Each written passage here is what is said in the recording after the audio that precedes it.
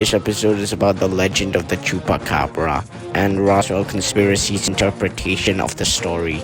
The vampires are heavily involved here, and then the Alliance takes a sort of antagonistic role towards the end of the story. The episode begins in the past where a man impersonating Walter Logan, Nick Logan's father, attacks an alien refuge and frames the Alliance for the massacre. The vampire Dvorak watches this happen, and with instructions from Hannick, bites this imposter, only to be mutated into a monster because the imposter wasn't human.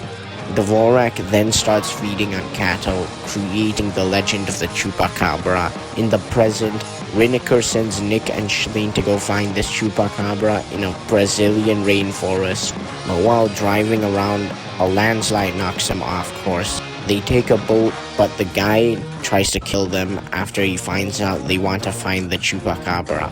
During the fight, Nick is knocked into the river where crocodiles would have eaten him, but is saved by the Chupacabra.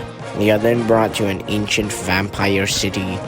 The guide explains how Dvorak bit a mysterious alien, and the Chupacabra was beginning to remember what happened on that fateful day, but they are interrupted by an Alliance airstrike. Chupacabra manages to escape, but is killed by an intracom helicopter, losing the potential truths he could have given Nick. Episode 10 of Roswell Conspiracies recontextualizes the story of the Chupacabra from a goat-sucking monster to a mutated alien. The writers could have easily made the Chupacabra just another alien, but instead they created a monster with an intriguing mystery surrounding its creation. The episode deliberately obscures the viewer from fully seeing the Chupacabra. This creates the effect of making it seem more legendary. When we finally get to see Dvorak, it is a grotesque and deformed state. For a kids show, this transformation's design and death is quite disturbing.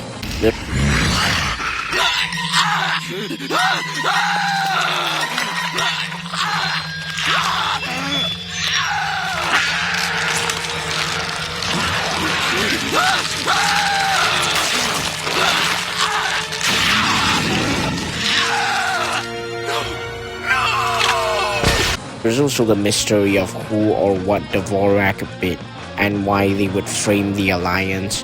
These moments in some seemingly disconnected episodes build up something much greater. This episode thankfully doesn't fall into the trap of being too preachy about deforestation.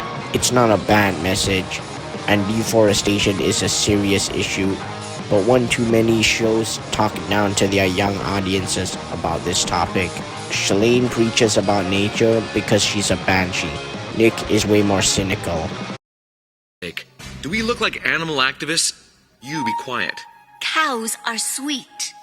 The rainforest surrounds us, Nick, teeming with life energy. Can't you feel it? Oh, sure. I'm just not as happy about it as you are. Don't they know the rainforest provides most of the world's oxygen? Get that out of my face before I also love how deforestation is seamlessly incorporated into the story. You see, the guide explains how Hannick wants to find the old vampire city, which is why he's cutting down those trees. Chup, short for Chupacabra, defend these forests. But what Hannick doesn't know is that someone in the background hates oxygen and is using this to manipulate Hannick into destroying the rainforest. But might let Chupacabra learn alien mind, too. Alien hate oxygen. Want planet weak. Want forest burned. See, Hannick is playing right into the alien's hands. He's burning the forest, destroying the oxygen, weakening the planet. Chupacabra isn't the villain in this episode. Instead, he is an unwitting victim. In fact, the Alliance are more of the antagonistic force, like they almost always are. Rineker is determined to prevent Hannick from finding the ancient vampire city, so he gets starting to bomb it. After Nick relayed him the location, this show gets you paranoid of who can or can't be trusted. Are the Alliance good, or are they just like other factions like Intracom? Who is this third individual working against the Alliance? Nick Logan wants to use Chupacabra to find out more about his father, but he is abruptly killed.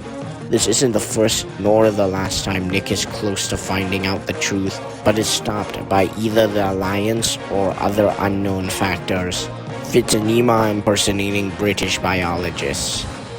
Ah, yes, Pteropiscopulitus, better known as the Flying Fox. Not native, probably escaped from a zoo. Es muy grande. That's right. Largest of the bat family, I suspect this one is rabbit. That's why it's attacking cattle. No, el chupacabra es como eso. Yes, it does appear to be somewhat deformed, but But rabies causes marked glandular swelling, obviously resulting in this distorted appearance. Imposible.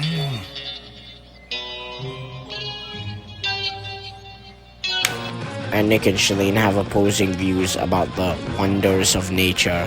The world building in this series is also top-notch because vampires are aliens.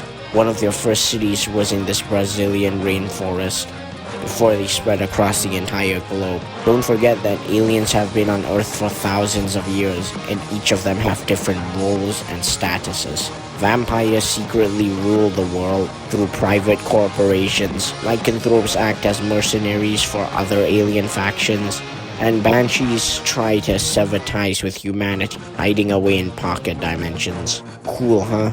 Well, if you haven't watched this series, you really should give it a try. This episode helps to build the giant conspiracy that the show has been setting up since episode 1. We get so many unanswered questions from this episode.